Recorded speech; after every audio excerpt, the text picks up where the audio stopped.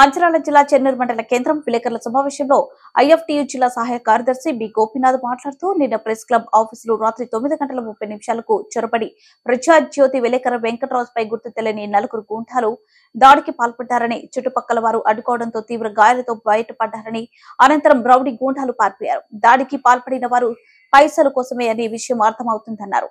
కొద్దిమంది స్వార్థ ప్రయోజనాల కోసం మీరు మీ బంగారు భవిష్యత్తును నాశనం చేసుకోకండి అన్నారు. గూండాలుగా రౌడీలుగా మారకండి అన్నారు. దాడికి పాల్పడిన వారిపై, దాడి చేయించిన వారిపై చట్టపరమైన చర్యలు తీసుకోవాలని డిమాండ్ చేస్తున్నామన్నారు.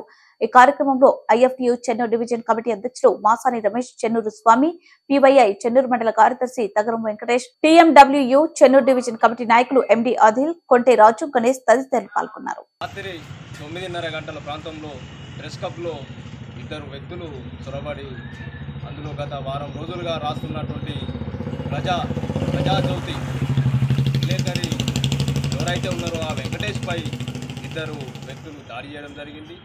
ఆ దాడి ఎవరు ఏంటిదనే అటువంటి పూర్తి వివరాలు తెలియరాలేదు. ఆ వ్యక్తులు ఎవరైనా సరే, వాళ్ళ వెనుక ఎంత పెద్ద వాళ్ళు ఉన్నా సరే వాళ్ళని చట్టబద్ధంగా శిక్షించాలని చెప్పేసి ఐఎఫ్టియు చెన్నూరు డివిజన్ కమిటీ నుంచి డిమాండ్ చేస్తున్నాం. అలాగే ఇవాళ విలేకరుల హక్కులను హరించే విధంగా ఏదైతే దాడులకు పాల్పడుతున్నారో దాన్ని మేము తీవ్రంగా ఖండిస్తున్నాం. ఇవాళ విలేకరుల పత్రిక స్వేచ్ఛ ఇవాళ ఉంది. ఆర్టికల్ 19(1)(a)లో ఇవాళ సమాచారం సేకరించడం, దాన్ని రాయడం, దాన్ని రాసి దాన్ని వైరల్ చేయడం అనేటువంటిది విలేకరులకు ప్రత్యేకమైనటువంటి హక్కు, స్వేచ్ఛ ఉంది. ఆ స్వేచ్ఛను హరిస్తే ఎవరు కూడా సహించరని చెప్పేసి తెలియజేస్తున్నాం.